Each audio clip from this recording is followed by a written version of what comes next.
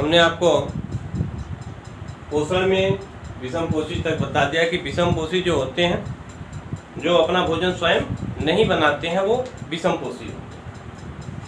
कुछ ऐसे होते हैं कि जो केवल पेड़ पौधों पर निर्भर होते हैं, जिन्हें हम शाकाहारी कहते हैं, और कुछ ऐसे होते हैं कि जो पेड़ पौधों पर निर्भर नहीं होते हैं, जंतुओं पर निर्भर होते हैं, उसे हम मांसाहारी कहते हैं। और जो दोनों पर निर्भर होते हैं, पेड़ पौधों के अलावा इन दोनों पर निर्भर रहने वाले, इन्हें हम कहेंगे सर्वाहारी। तो आहार के आधार पर देखा जाए तो जंतु भी 3 वर्ग में आप बांट सकते हैं, शाकाहारी जंतु, मांसाहारी जंतु और सर्वाहारी जंतु। और हम आपको विषमपोषी के बारे में समझाएंगे। जैसे हमने आपकी कहा कि पहला हुआ कि शाकाहारी जंतु,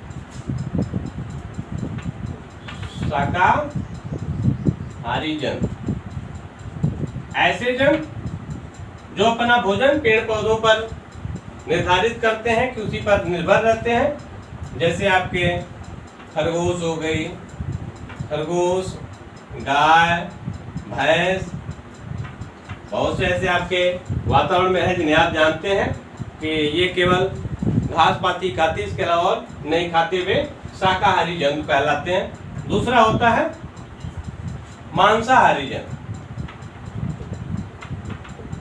मांसाहारी जंतु जिनका भोजन जंतुओं पर निर्भर होता है, जो अपने भोजन को जंतुओं पर निर्भर कर रखते हैं, वे मांसाहारी जंतु होते हैं।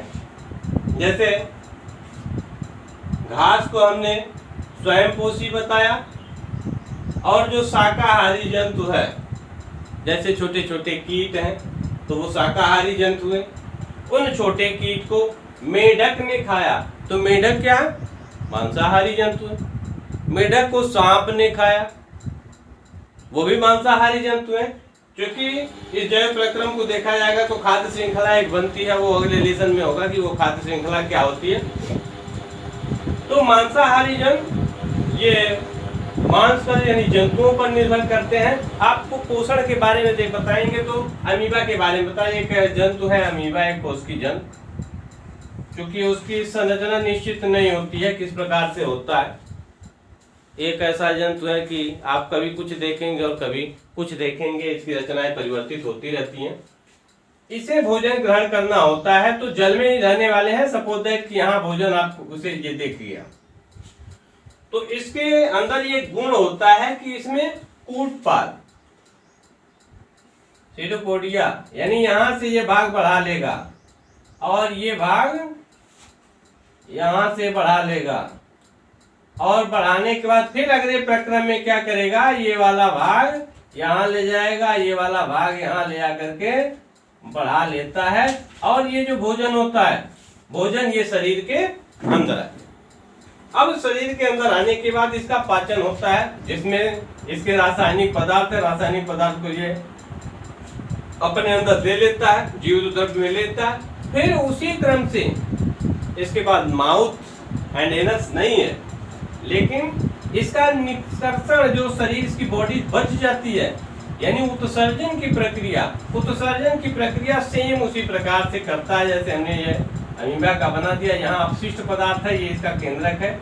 इसे निकालने के लिए जैसे सीडोपोडिया हमने कहा कि ये बाहर की तरफ निकालता, तो सेम ऐसे इस प्रकार से घुमाएगा, यानी ये हिस्सा यहाँ तक घुमाएगा और घुमाने के बाद अपनी संरचना ऐसे कर ली, ये पदार्थ जल में मिक्स हो गया। तो ये अमीबा का होता है। अमीबा पोषण इस प्रकार से करता है।